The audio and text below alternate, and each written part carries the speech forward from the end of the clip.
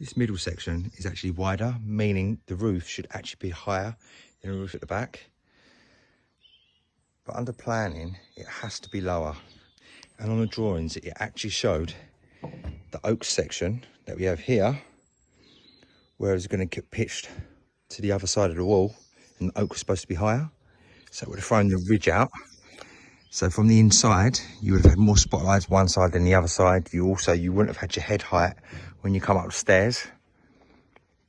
So we've had to really think about that. But what we did was, we made sure that the oak was high enough for the car to drive through in the garage section. And then what we did is we worked everything from there. And how we worked that out is we followed the raft line down. So we picked it up as high as possible.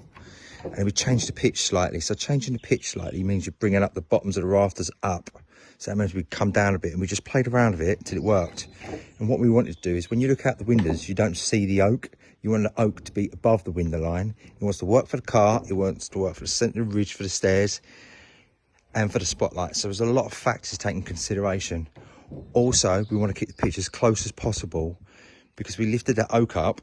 What we would have done is change the angle, and it would have really thrown the hips out, and you would have really seen that on the plasterboard line on the inside.